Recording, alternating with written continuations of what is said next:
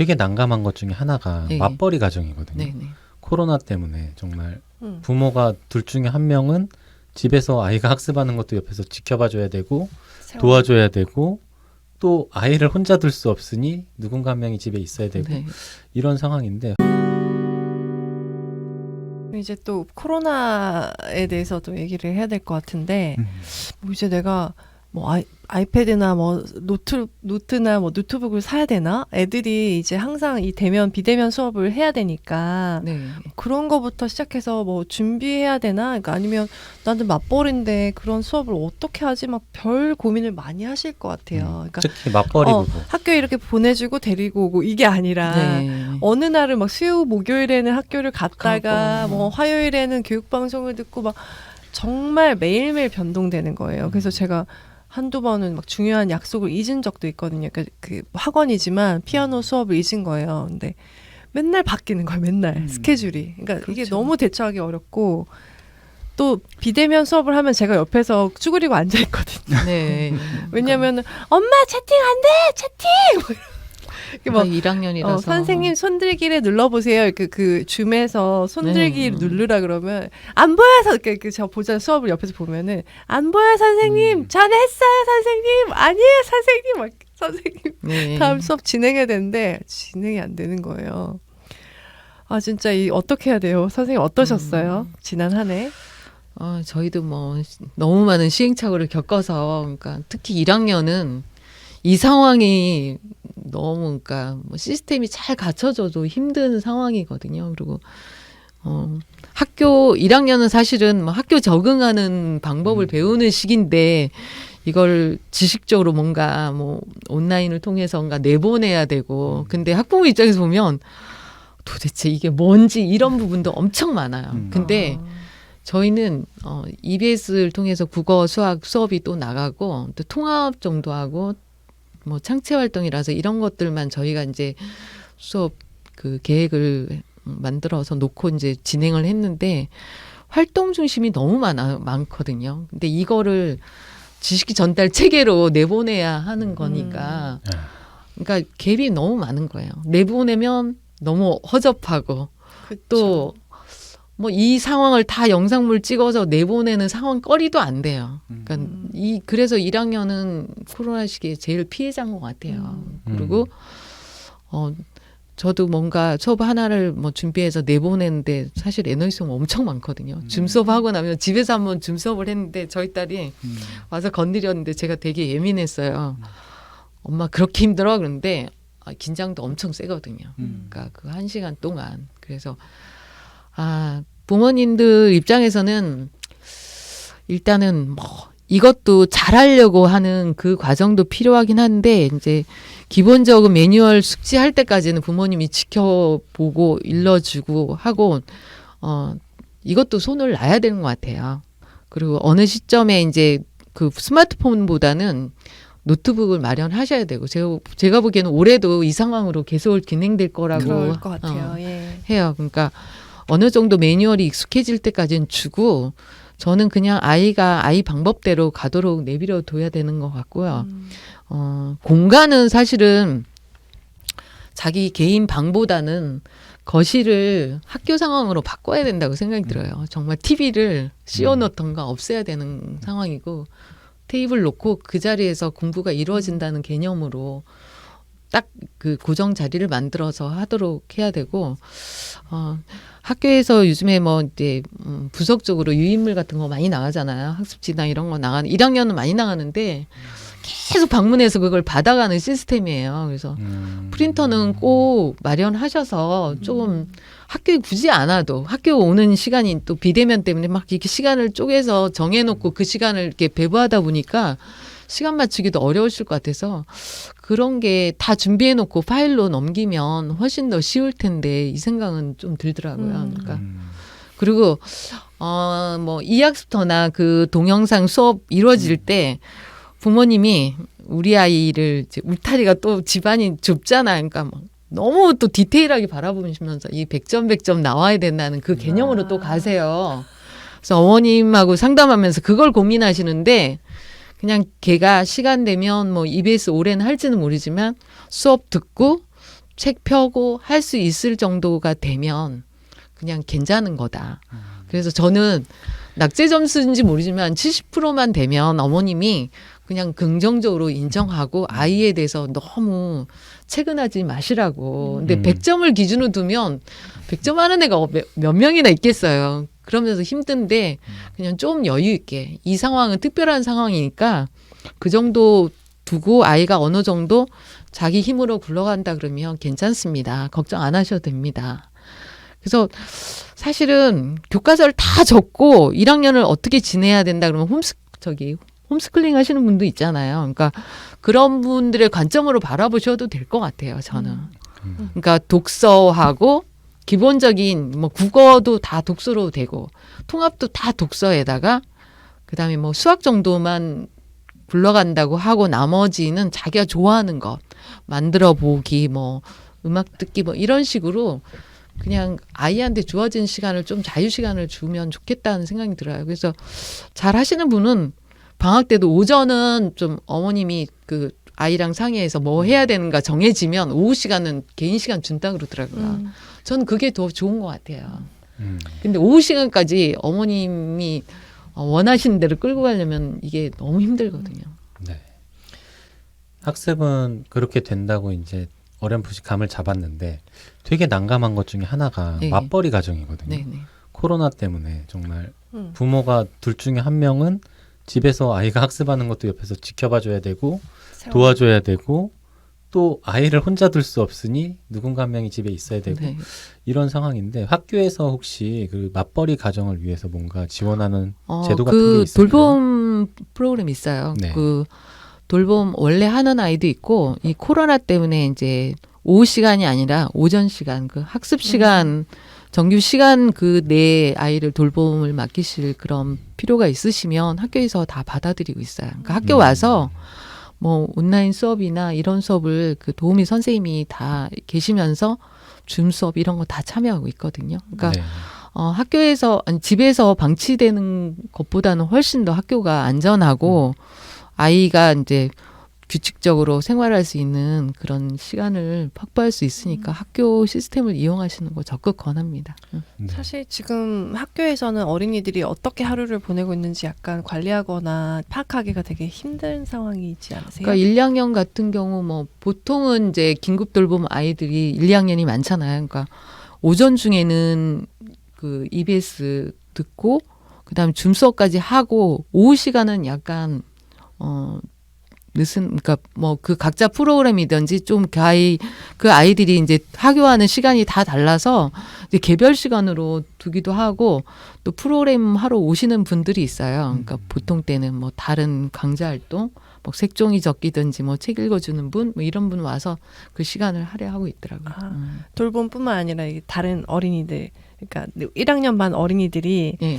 얘가 집에서 밥은 잘 먹는지 또 이렇게 어떤 아이들은 굉장히 과제물을 성실히 꼼꼼하게 챙겨서 해오는 애도 있고 네. 어떤 아이는 얘는 지금 방치되고 있는 게 아닌가 싶은 그런 그러니까, 상황도 느껴지지 않으세요? 어떠세요? 그러니까 그 저희는 2학습부터 하고 있는데 이제 그거를 이수했나 기본적으로 보고 학습지나 이런 과제를 이제 등교할 때 다 가져와서 이제 검사를 다 하는 거예요.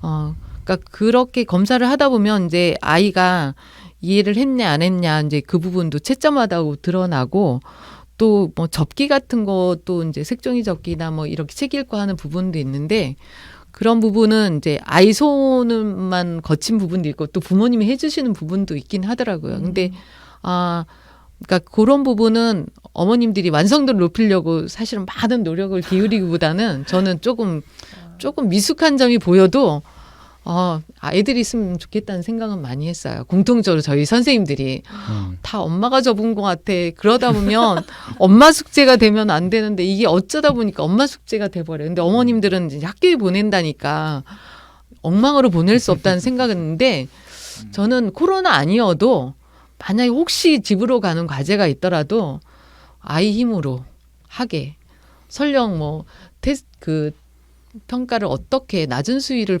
받더라도 저는 아이 힘으로 하는 그 부분을 더 지지합니다. 그러니까 너무 보이는 거에 이건 과정이잖아요. 그러니까 부모님이 만약에 어려워서 힘들어하면 반복적으로 더 접어보고 뭐 2개 접어보고 3개 접어봐서 완성도를 높인 걸 붙이지만 그러지는 않는 것 같고 너무 말끔해서 이 정도 접기 힘든데 왜냐하면 학교에서 선생님들이 해보면 어느 정도 수준 나오는지 아는 거거든요. 그러니까 그런 부분은 조금 더 조금 부모님들이 좀 놓으시고 아이가 하는 어설프지만 그래도 완성한 거에 의미를 두고 끝까지 힘들었는데 이걸 했구나 접었구나 이렇게 가름점을 바라보시는 게 좋을 것 같다는 생각이 듭니다.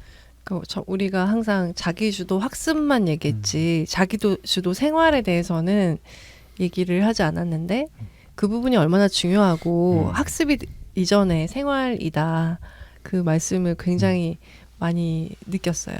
근데 그러면은 이 생활 아까 칭찬을 통해서 만들어줘라 이런 얘기를 했는데 좀 더 효율적으로 또 구체적으로 뭔가 이렇게 제시할 수 있는 그런 방법이 있을까요? 그러니까 1학년이나 이제 2학년도 제 책에서 제시하는 것들이 다 적용되는 건데 일단 점검을 하시고 내 아이가 생활면에서 내가 없어도 정말 엄마 뭐 울면서 찾지 않을 정도가 되는가를 한번 딱 보셔야 될 것 같아요. 1학년이라면 큰 어떤 거를 뭐 집안일을 해내지 못하지만 기본적이고 기본적으로 자기가 해야 될 부분을 해결할 수 있는 나이거든요. 그러니까 그런 부분을 보고 이제 어느 정도 됐는가를 보고 이제 학습 부분을 들어갈 건가 안 들어갈 건가를 조금 대기하는 거예요. 근데 이게 전혀 안 됐는데 여기다가 이제 뭐 학습적인 게 들어가면 아이는 정신이 없어요. 이게 뭘 하는지 인지가 안 되는 상황이거든요. 그러니까 지금 1학년 됐는데 아이의 정신 연령 수준이 뭘 알겠어요. 노는 거 그냥 엄마가 맛있는 거 주면 이 정도밖에 안 되는 아이 수준인데 학습이 들어오면 이 공부만 해야 되는 부분이다. 그리고 어머님이 피드백이 학습적인 게 제일 강렬하잖아요. 그러니까 얘는 거기에 반응할 수밖에 없거든요. 그러니까 조금 지금 상황을 어느 정도 수준인가 먼저 체크하고 그 다음에 어느 정도 다 됐다 그러면 하나씩 조금씩 학습적인 게 들어가야 돼요. 그게 1학년이어서 가능한 게 학습량이 그렇게 많지가 않아요. 다 이렇게 정말 눈뭉치를 뭉쳐보면 단단한 몇 개가 되듯이 그거랑 똑같아요. 근데 이제 고학년, 중학년 올라가면 학습량 많고 어려워진다고 느끼면 정말 생활에 매달리기는 정말 힘들거든요. 네. 그러니까 그 부분을 지금은 조금 참으시고 한 다음에 어느 정도 굴러가면 아이들이 공부할 수 있도록 이제 하나씩 공부로 축이 늘어나는 거예요. 그래서 제가 막 비율로 점점 줄어드는 거. 1학년은 80% 이상을 생활에 축을 두고 근데 뭐 지능 발달이나 이런 걸 보면 다 생활 속에서 오감을 활용해서 활동을 하고 나야지 뇌가 발달해요. 그러니까 종이를 통해서 공부를 해야지만 뇌가 발달한다 그러는데 아이들은 지금 구체적 조작기에 있거든요. 그 인지 발달상. 그 발달상에 맞게 아이들한테 뭔가를 제시해 줘야 되는데 어머님들은 정말 뭐 이렇게 연산 학습지 몇 장을 했냐 몇 인데 이거는 사실은 인지 발달이 일어나기가 힘든 상황이에요. 얘네는 놀아야지 이게 쏙쏙 들어가는 날이 그 시기고 운동을 해야지 오히려 뇌가 활성화되는 거예요. 그러니까 이거를 점차적으로 이제 책을 보면서 앉아서 그냥 추상적인 사고를 하는 공부 방법은 갈수록 하는 방법이고 지금은 다 오감 교육이고 몸으로 하고 실물로 해야 되는 상황이에요. 그래서 제가 뭐 뒤에 교과 그 교육하면서도 뭐 수학 같은 거 얘기했거든요. 뭐 교구 같은 거 이렇게 보면 뭐 이렇게 교구 같은 거 수카드 뭐 메이크10이라는 이런 교구도 있어요. 근데 그 학습지를 막 한 5장 이렇게 뭐 그 사교육에 그런 학습지 주면 애들이 막 처음에는 하다가 나중에 지겨운데 이런 교구 같은 거 주고 덧셈 해봐라 뺄셈 해봐라 그러면 애들이 하나도 안 지겨워요. 시간 내내. 근데 그거는 종이가 아니잖아요. 학습지도 아니거든요. 교구거든요. 숫자 계속 맞춰요. 근데 애들이 성취감이 너무 많아요. 근데 그거를 매일 하라 그러면 오히려 이거 왜냐면 버전이 계속 다르고 계속 두뇌 활동을 계속 일어나는 상황이에요. 그래서 그런 부분을 종이로 할 거를 어쨌든 뒤로 이해하고 계속 조작 활동을 해야 돼요. 교구를 많이 활용하면 네, 좋다. 수학 같은 경우는 제가 뭐 그 뒤에 그 수 배열표 이런 거 100짜리 있잖아요. 그거 네. 많이 사잖아요. 몇천 원이면 네네. 사는데 그거 가지고 저희 반에서 공부해보면 수학 시간에 책 다 덮어놓고 너무너무 달려들어서 막 혈안이 돼요.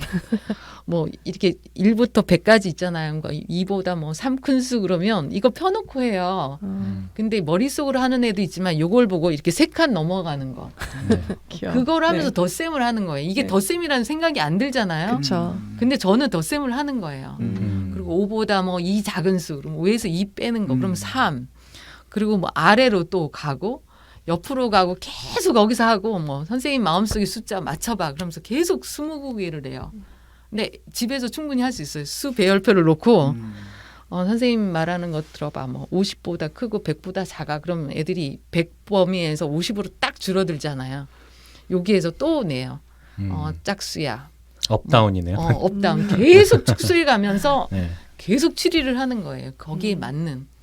그러니까 그런 걸 하면 애들이 다 눈이 반짝반짝해요. 근데 처음에는 이게 익숙하지 않아도 되지만 수가 이렇게 머릿속에 다 들어오는 거예요. 그 수 배열표가 내 머릿속에 떠오르고 이게 없어도 나중에는 정말 이불 속에 누워가지고 수 배열표를 본다면서 게임을 해도 충분히 해요.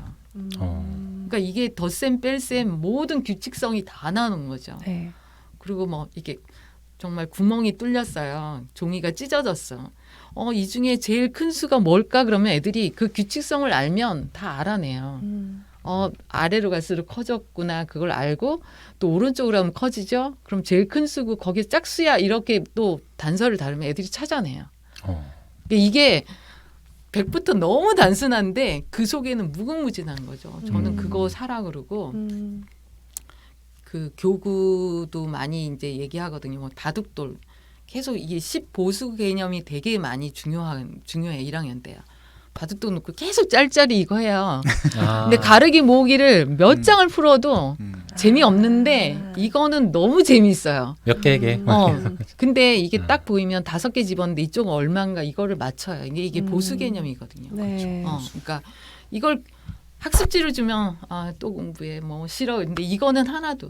그리고 엄마가 또 틀려줘요. 그러면 엄마보다 내가 수학 잘해 뭐 이런 개념도 들고 저는 그 교구 사용하면서 막 사실은 뭐 케이스에 들고 뭐 몇만 원씩 하고 그럴 때 막 코팅해서 다 잘라서 줘요. 막 그리고 어느 날 뭐 2개 가지고 10을 만들어라 그러면 애들이 너무 보수 개념이니까 잘 만들어요. 근데 3개 가지고 10 만들어라 그러면 애들이 뭐지 그런데 금방 만들어내요. 어떨 땐 4개도 만들어내라고 그래요. 그러면 이게 다양한 이제 수 계산법이 나오는 거고 또 뭐 세로줄, 가로줄 버전을 달리해 갖고 하라 그러면 애들이 다 해요. 근데 그거 한 10장도 넘게 하는 학습지 개념이거든요. 네. 근데 하나도 지겨워하지 않아요. 그러니까 수놀이를 하는 거예요, 애들이.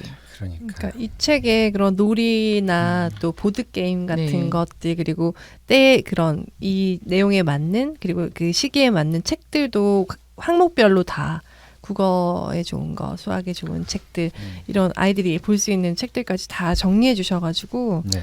되게 도움이 될 것 같아요. 친절하게 추천책은 네. 별도로 표시까지. 그러니까 해주셨어요. 그래서 여기 보고 막 이 책 재밌겠다. 저도 아, 이렇게 제목에 그리고 끌리고 막 그러더라고요. 제가 아까 메타인지도 말씀드렸는데, 그러니까 그 학교에서 공부 방법 중에 뭐, 그러니까 우리나라의 이제 뭐 일제식 수업 뭐 이런 거 지향하고 요즘에 많이 달라졌어요. 네. 활동 중심도 많이 되는데 그 중에 뭐 토론이나 이런 것들이 뭐 이렇게 해야지 좋다 하지만 그 토론이나 뭐 이런 활동이 다 메타인지적 학습 방법이에요.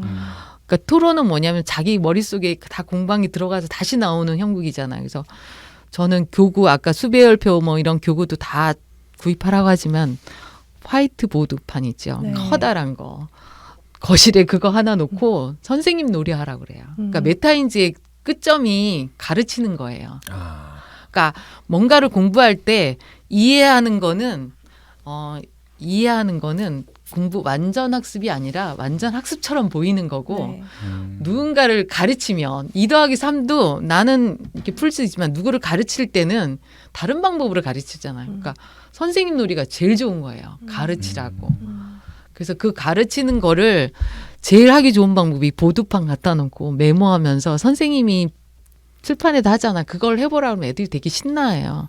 오늘 뭐 배웠어? 엄마 궁금해. 그러면서 해보라 그러면 애들이 동기부여를 받을 수 있잖아요. 칭찬받으면.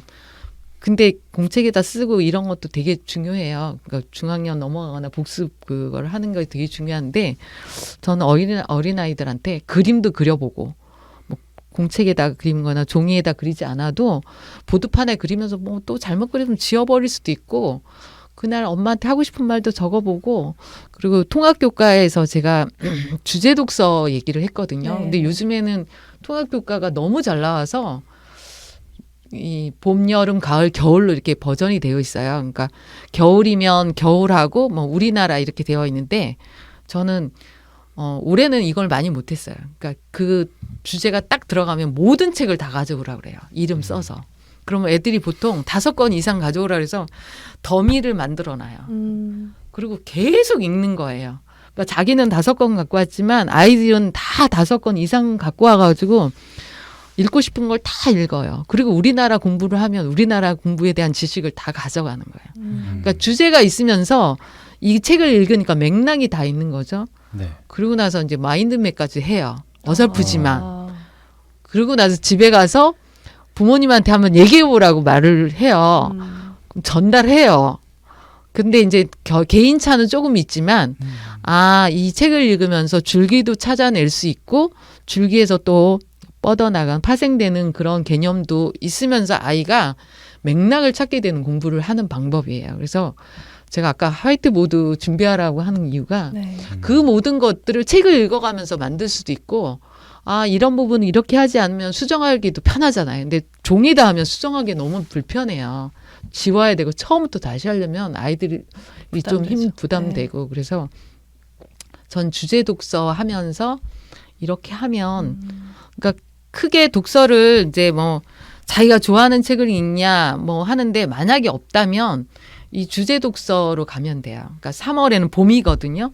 처음엔 학교 생활, 그 다음에 봄동산인데 학교에 관계된 책들을 모두 가지고 와서 읽어요. 네. 그러면 학교 생활에 뭐 애로사항이나 이런 것도 있고 동화도 있고 뭐 칠판 앞에 나가기 싫어 뭐 이런 책 읽어주면 애들이 너무 좋아해요. 왜냐면 공감하는 내용도 있고 네, 학교 네. 상황이 벌어지는 것도 있고 그런 책을 다 보고 뭐 학교에서 지켜야 읽어. 그러면서 맥락을 잡는 거죠. 그러니까 크게 어머님들이 이렇게 이끌어갈 그게 안 된다면 이 통합교과에 맞춰서 주제 독서하는 게 제일 좋고 더 좀 또 개인적으로 좋아하는 방법은 자기가 좋아하는 영역의 책을 확장시켜서 어머님들이 읽도록 서포트해 주는 거죠. 네. 걔가 어느 분야를 좋아하면 그 분야의 책들을 뭐 서점에 가던 도서관에 가던 빌려서 읽으면서 확 확장시키면 그게 난이도가 높아서가 아니라 이렇게 공부하는 방법을 배워나가는 거고 제일 효율적인 공부 방법이에요. 네. 근데 주제 독서는 정말 저는 아이들한테 그리고 교과서가 이렇게 패턴으로 나와서 너무 훌륭한 것 같아요. 아이들이랑 수업하면서 너무 재밌어요. 저도 1학년 때 봄, 여름, 가을, 겨울 책이 봄책, 가을책 이게 뭐지?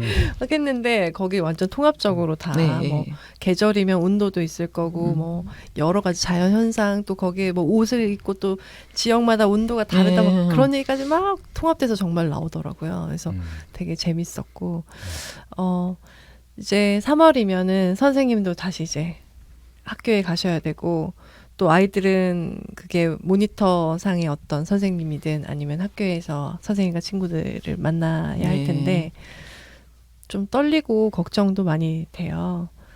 입학식도 못할 것 같고 어떤 각오신지 막 그런 게 입학식은 아마도 작년에는 막 늦어지고 그랬는데 올해는 뭐 좀 상황이 좋아지면 바로 이제 입학식은 할 것 같고요. 뭐 또 여의치 않으면 온라인으로 하면서 진행될 것 같은데 부모님께서 좀 막연한 부분은 도움 받을 수 있는 뭐 책이라든지 이런 부분으로 해소하고 좀 담담하게 이 상황을 지켜보면서 아이한테는 어머님이 조금 어려운 부분이 있어도 괜찮다. 그런 말을 계속 하면서 아이를 학교에 보내는 그런 마음가짐이었으면 좋겠다는 생각은 들어요. 그리고 학교는 가면 무조건 좋다. 그러니까 아이들한테 물어보면 무조건 좋다는 말이 나오도록 제가 어떨 때는 세뇌시켜서 보내기도 하는데 학교가 이제는 꼭 필요한 공간이 된 것 같아요. 맞아요. 코로나를 통해서. 그래서 네. 그런 부분으로 새 학년은 어쨌든 아이들이 학교에서 많이 생활하는 그런 한 해였으면 좋겠다는 생각이 듭니다. 애들이 학교를 가고 싶어 하는 것 같아요. 오히려 더 코로나 맞아요. 때문에. 친구 때문에 그렇죠. 네, 네. 네. 너무 그리워하고 네, 네. 이게 그러니까. 그리고 개별 학습이 아니라 다 공동체 학습을 하잖아 학교가. 그러니까 그런 부분이 집에서는 해결이 안 되거든요. 그러니까 만약에 코로나 상황이 이렇게 계속 진행된다면 몇몇 친구들은 확 만들어서 좀 그런 시스템을 갖춰야 된다고는 생각이 들어요. 가까운 친구들이라도.